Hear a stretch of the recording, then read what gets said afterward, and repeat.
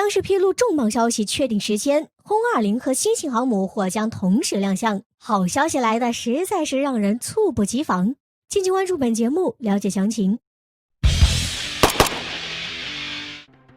在短短几年中，歼20、运20在内的战机和各种先进舰船，如052D、055和国产航母在内的中国海军与空军，其装备更新速度之快令人目眩。不过，这只是中国军工业这几年快速发展的冰山一角。今年的中国将会装备有更先进的武器，比如大家都在期待的轰20战略轰炸机和新型国产航母。在1月12号，中国央视的国防军事频道再次发布了被幕布遮盖的轰20宣传片。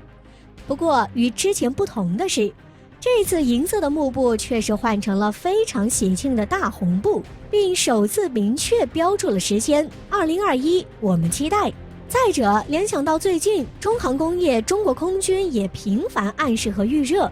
近10天宣传2次，相信轰20首飞时间距今已不远。毫无疑问，这意味着轰20将在2021年正式亮相。可以说，好消息来的实在是让人猝不及防。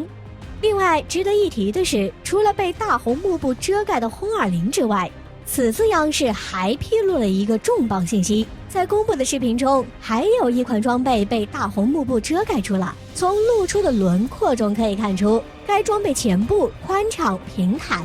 看起来像是一艘航空母舰的甲板，而中间隆起的部分应该是一座舰岛。整体而言，看到的第一眼就能让人联想到这是一艘平甲板航母。这和外界此前猜测的国产第3艘采用平甲板弹射设计的航母是惊人的一致。这或许意味着今年航母与轰20将同年亮相。实际上，在去年10月份左右，美媒就曾发布了关于长兴岛造船厂的卫星地图，图中显示了中国的新型航母正在装配在船坞里。此外，被曝光的还有中国正在扩大在海南三亚的海军基地，扩大的位置也是足以容纳一艘大型航母。虽然当前公布的有关中国第3艘航母的官方消息比较少，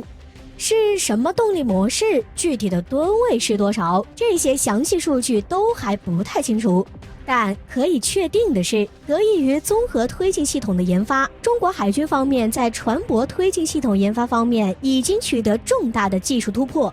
使得新的国产航母可以应用世界上最先进的飞机弹射系统，这将使新航母效率更强，武力更高。说起是世界上最先进的，这可不是夸张。此前，军事专家伊卓就在央视节目《今日亚洲》上透露过，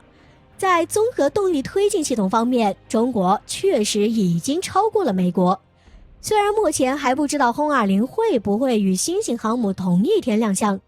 但2021年无疑不是关键的一年，大家拭目以待吧。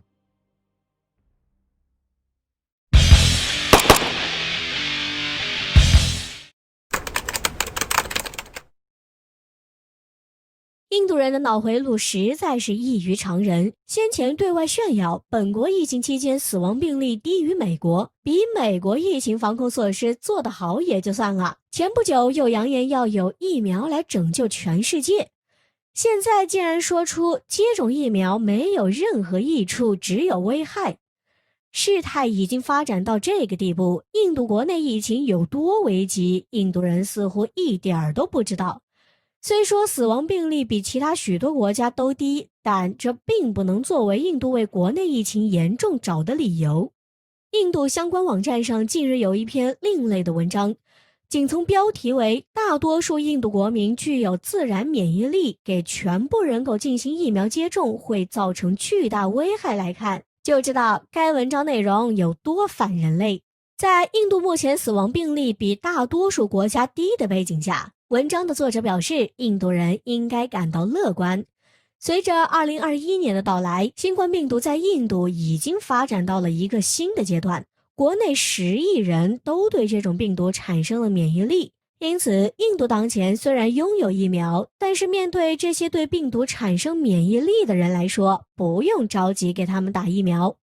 按照这篇文章中作者的意思，疫苗只需要给那些之前没有得过新冠病毒的人接种，反观那些已通过自然感染且恢复后的人，早已经对病毒产生了免疫。倘若再给这些人接种疫苗，就是不道德的行为。对康复患者来说，疫苗没有任何益处，只有危害。按照这位作者的说法，全国所有人都不用接种疫苗，也没有必要严格控制疫情，只需要等待自然感染产生抗体就可以了。瑞典在采用群体免疫后付出了多大的代价？印度是忘了？总之，不管印度是认为这种群体免疫真的有效，还是没把国内民众的生命当回事儿，印度此举都是在加重国内疫情的恶化。另外，文章中还提到了另一个观点。作者表示，当前很多国家都开始接种疫苗，但他们仍然用封锁的方法控制病毒的传播。对此，该作者指出，这样的效果并不好。封锁仍然会导致国内确诊病例上涨，并且这样的做法会让全国数百万的穷人活不下去。印度人觉得以封锁来控制疫情效果不大，可他们却忘了，我国之所以能够在短时间内控制住病毒的蔓延，正是因为在第一时间内封城。西方国封城的效果不显著，是因为大量的民众至今都不戴口罩，嚷嚷着要自由。印度不吸取西方国家的教训，反而学习，此举非常危险。文章中说的自然免疫力看上去像是天意赋予的某种免疫力，但其实都是假象。真正能控制病毒的，只有进行严格的防控以及疫苗的接种。希望印度人可以早日看清事实。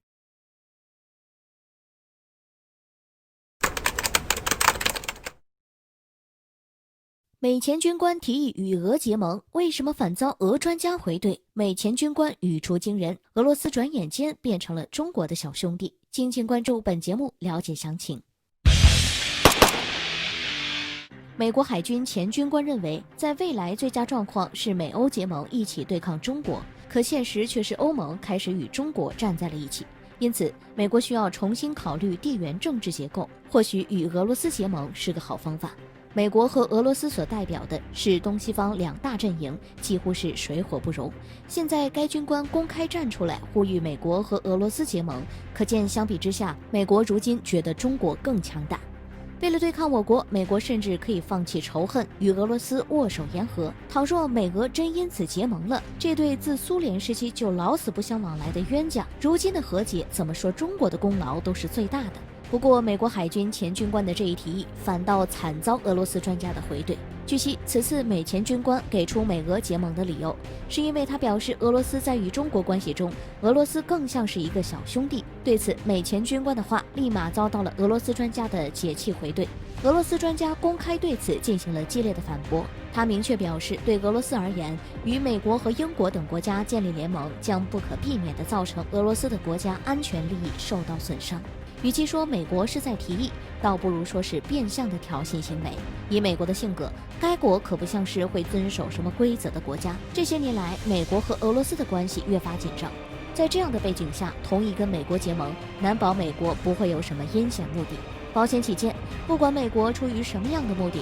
俄罗斯都应该离包括美国在内的西方国家远一点。至于所谓中国的小兄弟，完全就是胡言乱语。俄罗斯专家也指出，虽说在经济方面本国与中国存在一定差距，但俄罗斯作为亚欧大陆的重心，该国在国际上的影响力并不小。真要说起来，中俄之间准确地说是互惠互利的友好合作伙伴的关系。另外，随着如今俄罗斯与中国之间的合作越来越密切，两国都非常乐意与欧洲增进合作。这么看来，对比美国在欧洲的所作所为，中俄倒像是欧洲最好的伙伴。美军前军官之所以提出这一议，分析认为，一方面是觉得一旦中俄结盟，必定会给美国带来危险，在本身双方关系就不错的情况下，敌人的敌人更加促进了双方的关系。另一方面，也是想通过中国的小兄弟这一言论挑拨中俄的关系，促使俄罗斯跟美国结盟一起对抗中国。不得不说，该军官的言论过于幼稚。就算俄罗斯与中国之间的关系不好，俄罗斯也不会搭理美国，毕竟该国被美国视为第一对手。频繁制裁打压莫斯科，仅凭这点，美国就没脸提与俄罗斯结盟。